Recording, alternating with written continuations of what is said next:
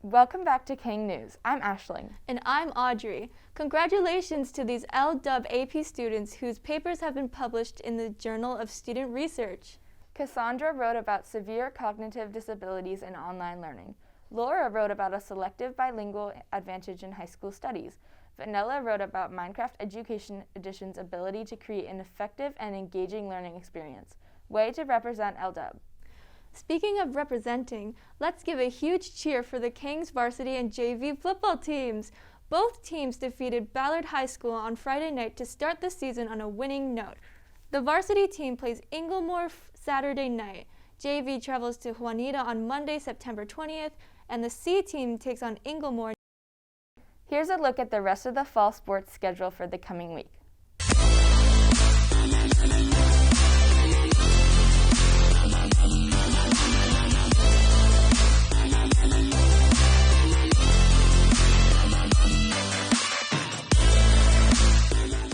You can keep up with KANG sports at their website, gokangs.com.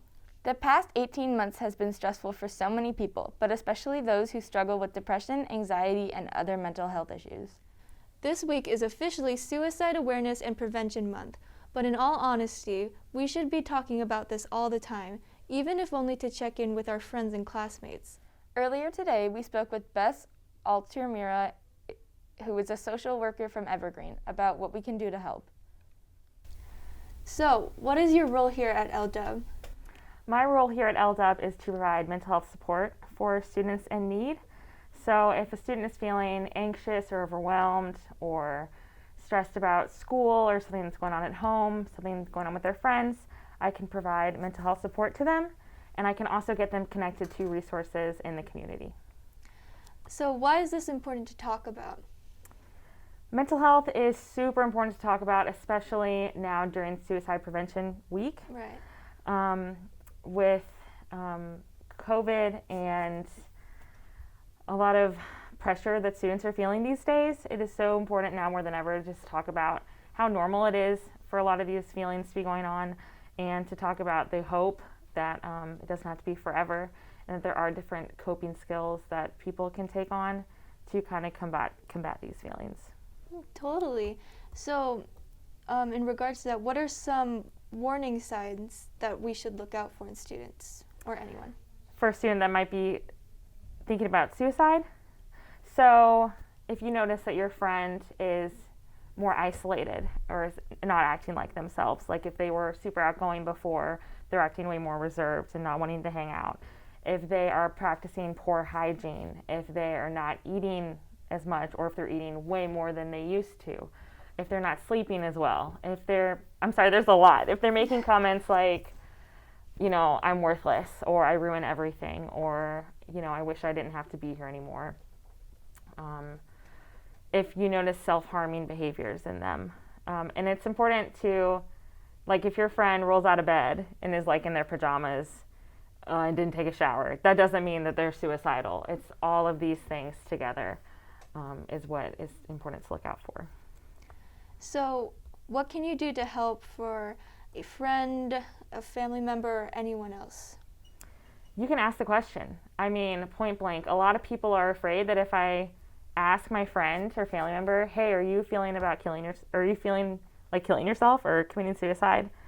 That's not going to plant the idea in their head. A lot of people are afraid that if you bring it up, then it's all of a sudden going to make them think about this. And that's not necessarily the case. It's a way to let the person know that they're not alone and that you see them and what they're going through. So the biggest thing you can do is be there and to listen. You can ask them, hey, I noticed that you're not acting like yourself. Is there anything going on that I can help with? Or is there anything you want to talk about? Whenever you want to talk, I'm here to listen, like that sort of thing. And then also, if you don't know how to ask those questions or you're uncomfortable about it, there are so many crisis and text lines that students and people in general can reach out to for support that can get the person connected with a professional. Great. So, is there any other way we can reach out for help? Yeah, so there are so many good resources. There's a local crisis line for the King County area. There's a national crisis line. There is a line specifically for teenagers that have teen supports on the line, so it's teenagers talking to teenagers and helping them through that. There's also, if you don't want to pick up your phone or call, you can go to any trusted individual in the community. So you can go to your school counselor, you can come to me, you can go to your favorite teacher or your favorite coach, you can go to one of the administrators. If you are part of a religious group, you can go to your faith leader. So there's a lot of people in the community and nationally that want to help. That's so great. Is there any other information that you'd like to share?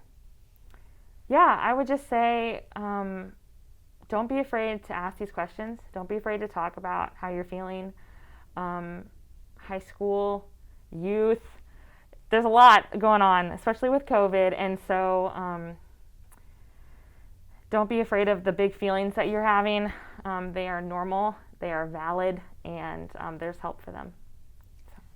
That's some really great information that you shared here today, Thanks. and I'm really glad that you're here at LW to help us. Me too. Thank you. If you or someone you know is struggling, please reach out. There are resource numbers on the back of your school ID card, or talk to your counselor or a teacher. The main thing to know is that you're not alone. Last week, we introduced you to School Resource Officer Gerke from the Kirkland Police Department. He is looking forward to meeting as many students as he can, and he's come up with a fun way to do it. If you see him in the hallway or cafeteria, go up and introduce yourself or drop by his office. When you do, he'll enter your name into a drawing for an Amazon gift card. LW's official club fair isn't taking place until next week, but many clubs are already starting to meet. Robotics Club meets this afternoon at 3:45. This is an informational meeting to lay out club purposes and activities. Theater Club will meet tomorrow after school in the theater. National Honor Society will hold its first meeting next Tuesday, either before or after school in the library. This meeting is for current members only. DECA is also meeting next Tuesday after school in the Commons. Everyone is invited. Finally, if you're interested in being our school mascot this year, check your email for audition information. That's it for this week's King News. I'm Aisling. And I'm Audrey. Thanks for watching. And go Kangs!